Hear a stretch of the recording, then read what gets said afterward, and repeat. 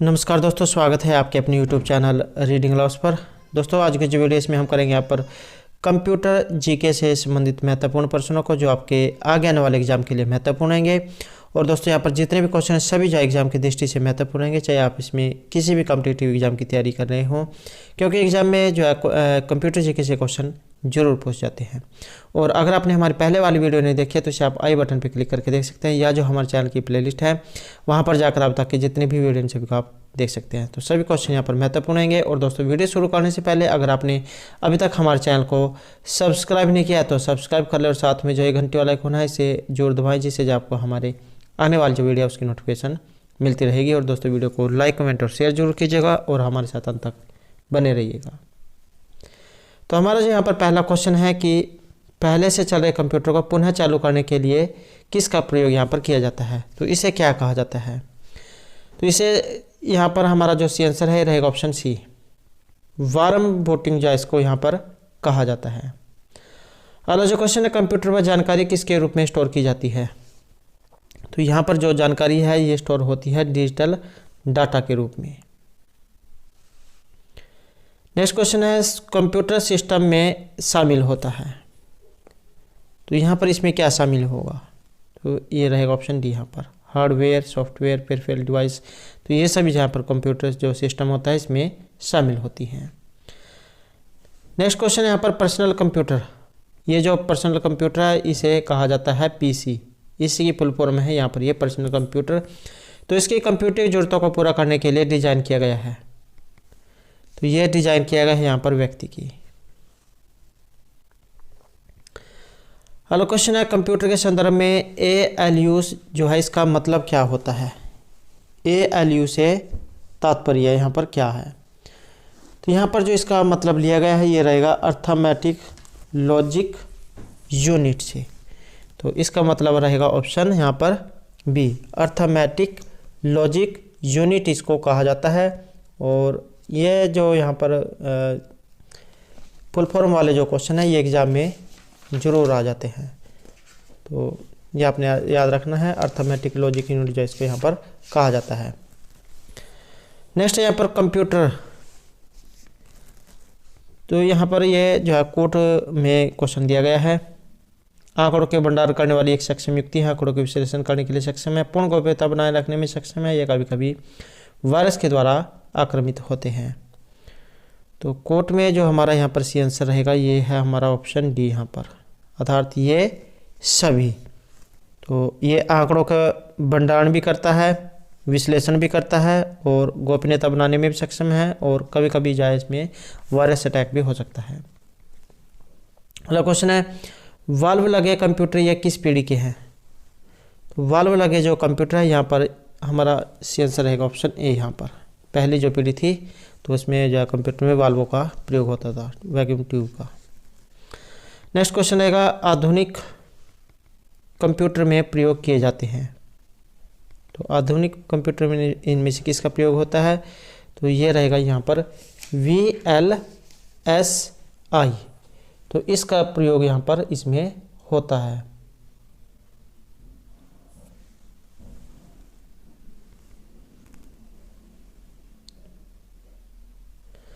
Next है, micro computer को कहते हैं, तो माइक्रो कंप्यूटर को यहाँ पर क्या कहा जाता है, तो इसे कहा जाएगा कंप्यूटर ऑन चिप।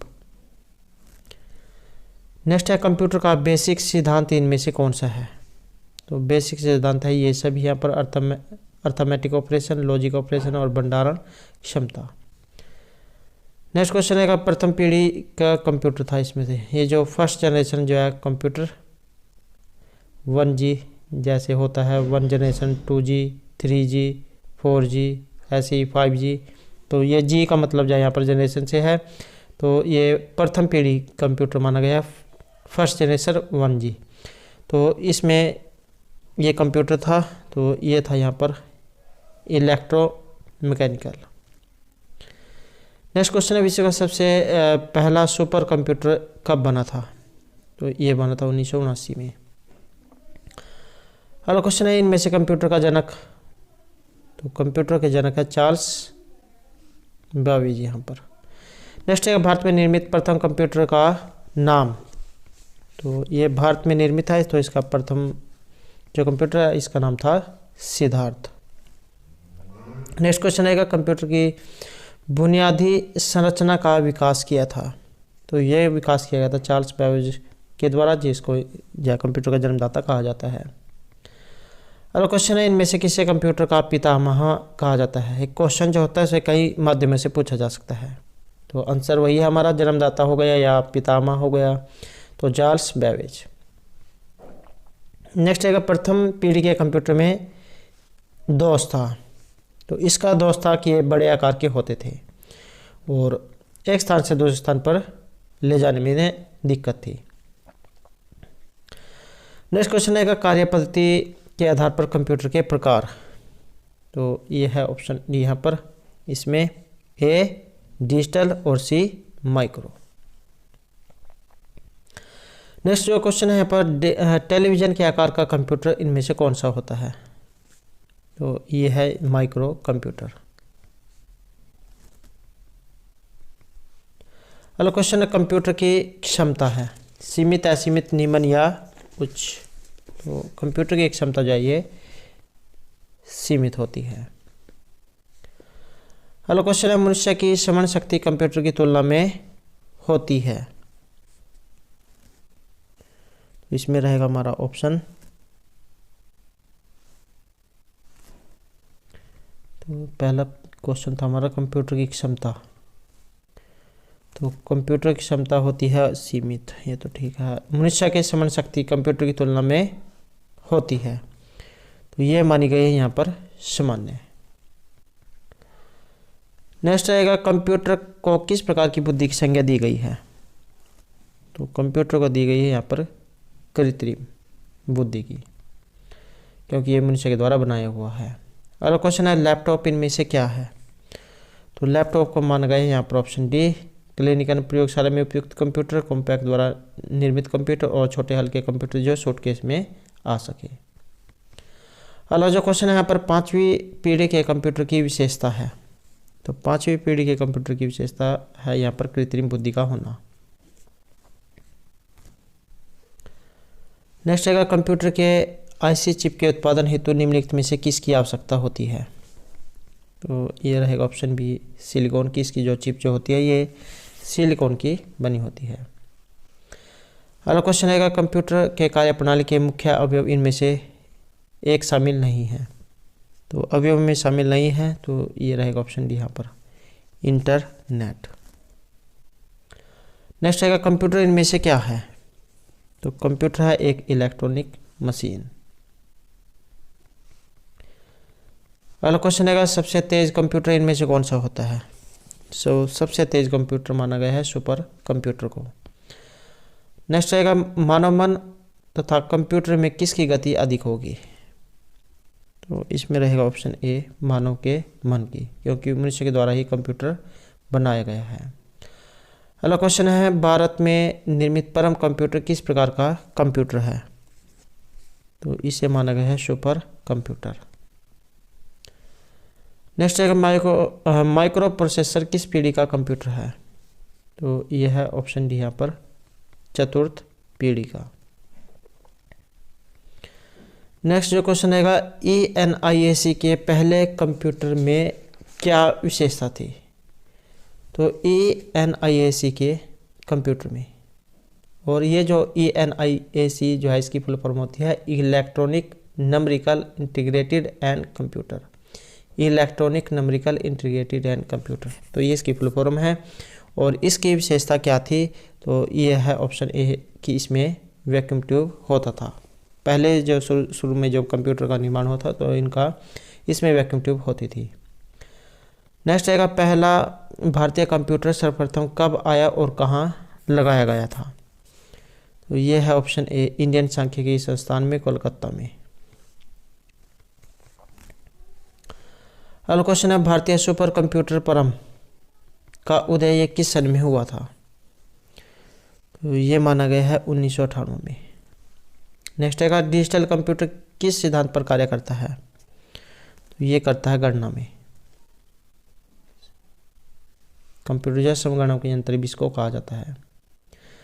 नेक्स्ट आएगा सुपर कंप्यूटर अन्य कंप्यूटरों से किस संदर्भ में भिन्न होते हैं। यह ऑप्शन सी यहाँ पर परिकलन की क्षमता और वृहद स्मृति भंडार में। नेक्स्ट आएगा अंकीय कंप्यूटर गणनाएं प्रति सेकंड कर सकता है। तो इन गणनाएं की संख्या है यहाँ पर ऑप्शन बी करोड़ों। अगला क्वेश्चन आएगा कंप्यूटर माइक्रो कंप्यूटर में जो नहीं आते उनका नाम। तो ये है एटॉमिक कंप्यूटर। अगला क्वेश्चन है चतुर्थ पीढ़ी का मुख्य अवयव इनमें से था। यह माना गया है वृहद एकीकृत परिपथ को। नेक्स्ट है एक छोटे सिलिकॉन चिप पर ट्रांजिस्टर और अन्य इलेक्ट्रॉनिक उपकरणों के साथ साथ पूर्ण इलेक्ट्रॉनिक सर्किट को क्या कहते हैं। तो इसे कहा जाता है इंटीग्रेटेड सर्किट। आईसी जो होती है इंटीग्रेटेड सर्किट, इसकी यहाँ पर फुल फॉर्म है, सिलिकॉन की ये बनी होती है। नेक्स्ट है निम्नलिखित में से कौन सी एक कंप्यूटर की मुख्य विशेषता होती है। तो कंप्यूटर की जो मुख्य विशेषता है ये गति है। अगला क्वेश्चन है सिलिकॉन से बनी जिसके चारों ओर तार निकले होते हैं और बहुत पतली होती है, तो इसको क्या कहा जाता है। तो इसे कहा जाता है इंटीग्रेटेड सर्किट अर्थात आईसी। नेक्स्ट क्वेश्चन है कंप्यूटर में प्रयोग होने वाले प्रमुख 3 पार्ट कौन से हैं। तो ये 3 प्रमुख पार्ट है यहाँ पर CPU central processing unit, input और आउटपुट। नेक्स्ट आएगा कंप्यूटर हार्डवेयर को अधिक आधुनिक बनाने को क्या कहते हैं। तो इसे कहा जाता है अपग्रेड। नेक्स्ट आएगा डाटा स्टोर करने और कैलकुलेशंस करने के लिए कंप्यूटर नंबर सिस्टम का उपयोग करते हैं। तो ये करते हैं यहाँ पर बाइनरी नंबरों का, 0 और 1 जो है इनको बाइनरी नंबर कहा गया है। नेक्स्ट है जब आप कंप्यूटर ऑन करते हैं तब बूट रूटीन यह टेस्ट करता है। तो यह टेस्ट करेगा यहाँ पर पावर ऑन सेल्फ टेस्ट को।